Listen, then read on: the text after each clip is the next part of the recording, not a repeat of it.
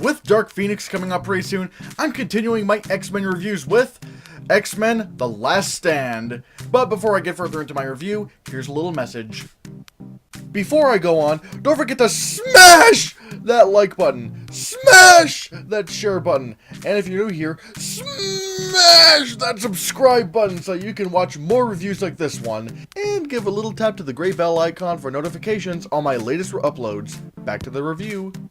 X-Men: The Last Stand is the third installment of the X-Men franchise, and this is basically about this boy who has the power to take mutant powers away from mutants, and so the government's going to try to make this cure that can take away mutants' powers and whatnot.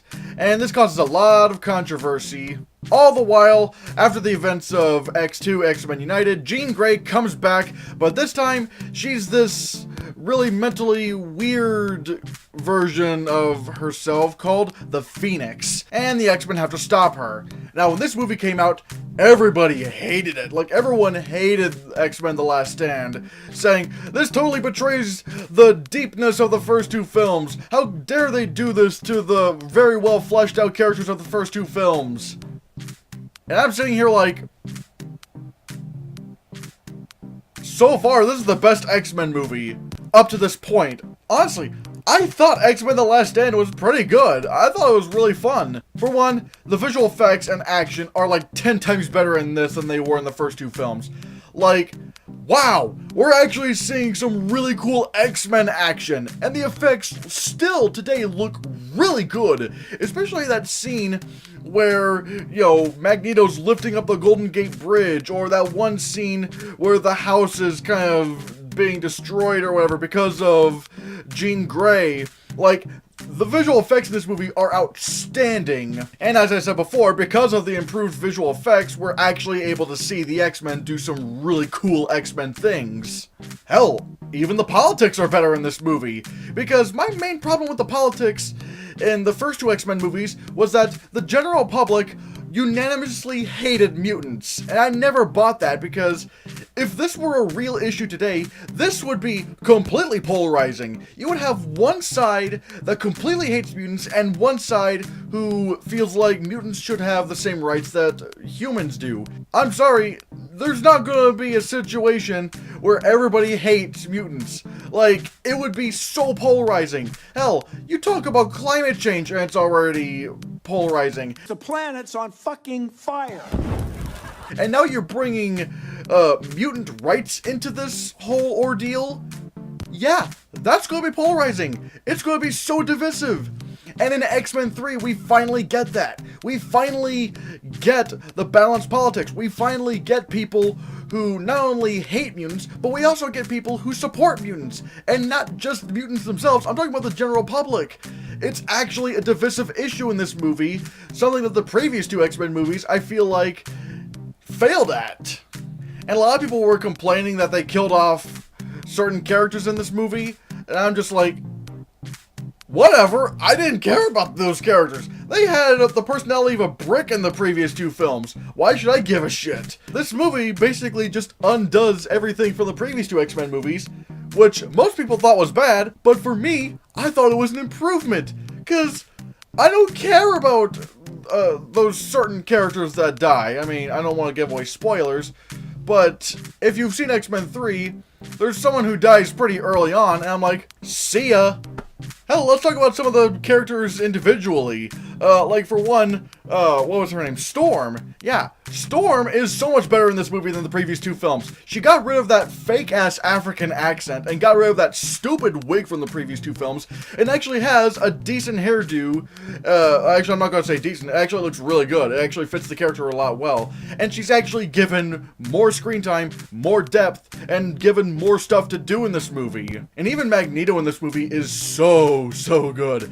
Like, he has a lot of really great lines, a lot of great speeches, and you really do start to see the hypocrisy of Magneto in this film, considering he was a victim of the concentration camps during World War II, and you start to see the glimmers of like a Hitler-like persona in this film. That's really clever.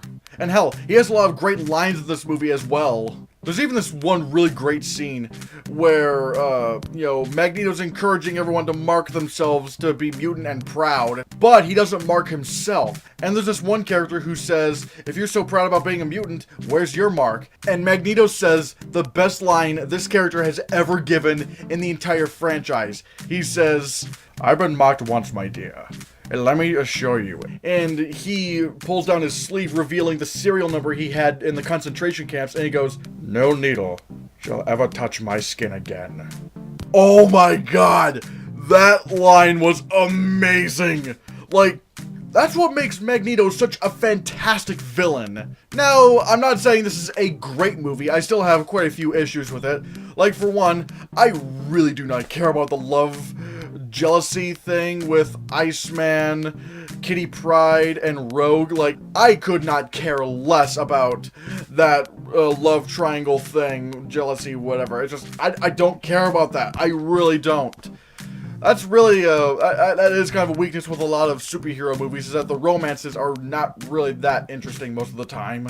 And there's a couple of retcons at the end of this film when there's like a couple of big surprises, like, ooh. Actually, one of them involving Magneto, I think could be explained.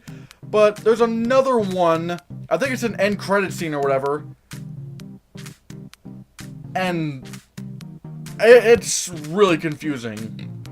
It's honestly a bit of a cop-out. It's like, what? Ugh. Other than a few of those issues, I still really enjoyed X-Men The Last Stand. I still don't think it's great, but I really don't understand how everyone says, this was the bad X-Men movie. Because I'm like, because personally for me, this improved everything over the first two movies. We get better action, we get way better visual effects, we get better characterization, and what characters I didn't care about beforehand, they just axed off because it's like, who cares about them anyway? Which everyone else was pissed off, but for me, I'm just like, good riddance. So yeah, I actually do recommend seeing X-Men The Last Stand. So what do you think of X-Men The Last Stand? Let me know in the comments below what you think. Thank you so much for watching. Give this video a like. Share the video so we can get the channel circulated. Don't forget to support my Patreon on my Patreon page, or if you can't do that, then consider supporting me through my PayPal donation button in the description below. And if you want to see more, click this.